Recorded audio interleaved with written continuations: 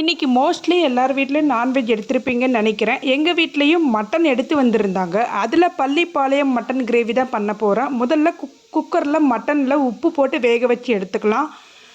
அடுத்ததாக பானையில் தான் செய்ய போகிறேன்.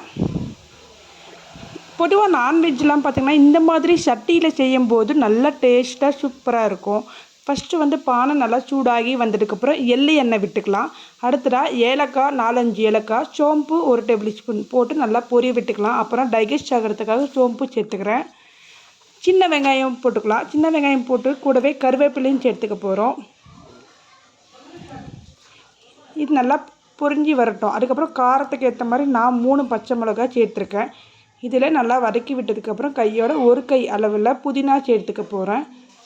அடுத்ததாக 1 டேபிள் ஸ்பூன் அளவில் இஞ்சி பூண்டு பேஸ்ட்டு, 2 தக்காளி குட்டி குட்டியாக கட் பண்ணி சேர்த்து நல்லா வதக்கி விட்டுக்கலாம். பச்சை வாசனை போகிற வரையும் வதக்கி விட்டுக்கலாம்.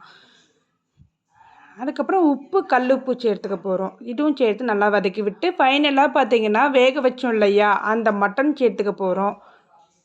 மட்டன் வேக வைக்கும்போது பார்த்திங்கன்னா தண்ணி சேர்க்காமல் வேக வைக்கணும். நானும் தண்ணி சேர்க்காம தான் வேக வச்சேன். வேக வச்ச மட்டனை ஆட் பண்ணிக்கிட்டு கூடவே 2 டேபிள் ஸ்பூன் தயிர் சேர்த்துக்கலாம். அதுக்கப்புறம் காரத்துக்கு ஏற்ற மாதிரி பெப்பர் பவுடர் கொஞ்சம் ஜாஸ்தியாகவே சேர்த்துருக்கேன். அதுக்கப்புறம் பார்த்திங்கன்னா மஞ்சத்தூள் 1/4 table spoon, mutton masala powder 1 table spoon, தனியாத்தூள் இதெல்லாம் போட்டு நல்லா வதக்கி மூடி போட்டு விட்டுடலாம். அவ்வளோதாங்க. சிம்பிளாகவும் ஈஸியாகவும் கிரேவி ரெடி ஆகிடும். இந்த கிரேவி பார்த்திங்கன்னா டிஃபன், சாப்பாடு எல்லாத்துக்குமே செம்ம காம்போவாக இருக்கும். நீங்களும் கண்டிப்பாக ஒரு நாள் ட்ரை பண்ணி பாருங்கள்.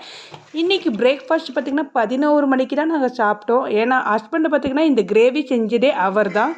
அதுவும் பானையில் தான் செய்யணும் அப்படின்னு சொல்லி செஞ்சு ஃபைனலாக லேட்டாக தான் சாப்பிட்டோம். அதுவும் எங்களுக்கு பானையில் செய்கிறது இதுதான் முதல் தடவை. ஆனால் டேஸ்ட்டு பார்த்திங்கன்னா ரொம்பவே நல்லா இருந்தது.